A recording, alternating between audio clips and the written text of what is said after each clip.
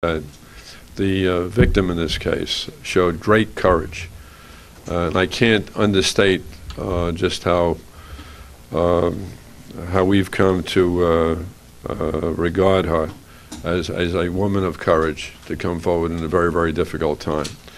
And we're very hopeful that this will lead to other young women in this community and other communities understanding that they can come forward and they will be protected as to a maximum degree. We do not leave our victims on the wayside. We protect them thoroughly and completely. And finally, before I open up to questions, you can ask any questions of me and, of course, of my folks here who did such a magnificent job. I would hope that Satma would do the same that the Lubavitcher community did in Crown Heights, who last year issued a decree directing anyone who had any information regarding the sexual abuse of a child in the community to immediately come forward and report to civil authorities. In the meantime, I wait with great hope that the executive committee of the State DA's Association in this state will support a mandatory reporting statute that will require all members of the clergy, just as all teachers are required and all social workers are required, to a mandated report immediately upon discovering any information about sex crimes dealing with a child.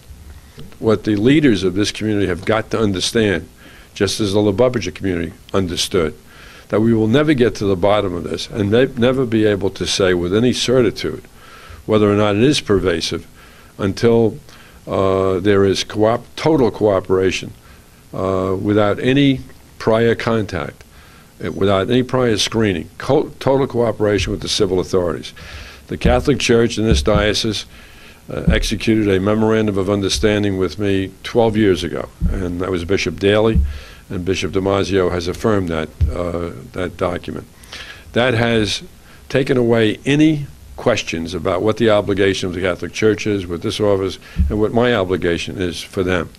There should be the same kind of cooperative effort between Satma, Lubavitcher, as we have with Lubavitcher, I should say, and all other sects. If we are able to establish in any case where someone is told if you go to civil authorities you will suffer consequences like being thrown out of a yeshiva school and not being allowed to go to a camp, or being taking away your right to marry. If any of that is proven beyond a reasonable doubt, you could bet that I'm going to have a grand jury indict and we're going to prosecute to the maximum. Everybody who comes forward on these cases is very worried that they're even going to be seen walking into our building. That alone is going to cause them problems. People who showed up in support of the victim during this case, by the time they got home from court on the first day of trial, had dozens of phone calls and phone messages from friends asking them whose side they were there on. So anybody stepping forward out of their community to come to our office runs the risk of being ostracized and pretty much being removed from the community. So they have a great deal to lose even coming forward as a witness, not as a victim alone.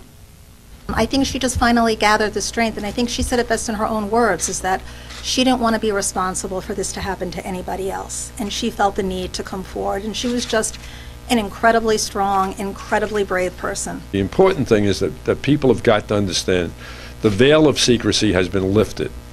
The wall that has existed in parts of these communities has now been broken through, and as far as I'm concerned, it is very clear to me that it's only going to get better for people who are victimized in these various communities.